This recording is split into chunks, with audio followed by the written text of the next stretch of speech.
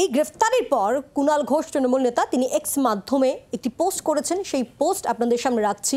সেই পোস্টে তিনি ঠিক কি লিখছেন, তিনি বলছেন যে অডিওর গলা কাদের তদন্ত করুক পুলিশ, সতর্কতা থাকুক ধর্নায়, অর্থাৎ ধর্নায় যা সতর্কতা থাকুক সেই বিষয়টি তিনি লিখলেন। এবং ডাক্তারদের রক্তাক্ত করে তৃণমূল বিরোধিতায় রাজনীতির ছক কষা হচ্ছে, এমনটা এক্স হ্যান্ডেলে পোস্ট তার। ন্যায় বিচারের দাবি থেকে নজর ঘোরাতে অডিও, সিপিএমের কথা ভুল, কিন্তু সরকারকে বিব্রত করা বা করতে যারা চিকিৎসকদের ধর্নায় হামলার ছক করে,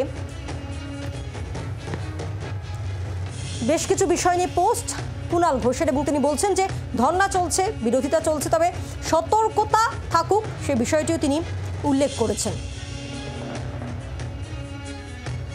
কিন্তু সরকারকে বিব্রত করতে যারা ডাক্তারদের ধর্নায় হামলার ছক করে তার তদন্ত হবে না।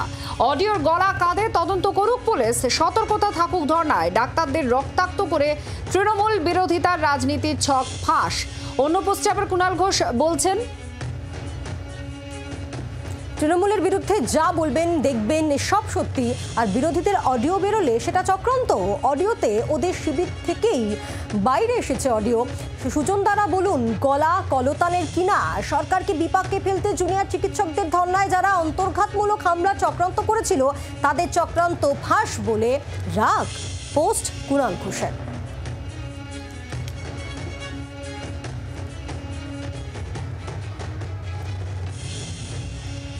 কুণাল ঘোষ তিনি দুটো অডিও আপনাদের সামনে দুটো পোস্ট আপনাদের সামনে আমরা তুলে ধরছি, যেখানে তিনি একেবারে রীতিমতো সুজন দ্বারা বলুন যে এই অডিওটা কলতারের নয় এ বক্তব্য তিনি তুলে ধরেছেন। অর্থাৎ কোথাও একটা তিনি বোঝাতে চেয়েছেন যে গলাটা শোনা যাচ্ছে দুটো কণ্ঠস্বরের মধ্যে একটি কণ্ঠস্বর, সেটা কলতানের যে নয় সেটা অস্বীকার করুক দল, এমনটাও তিনি দাবি করছেন।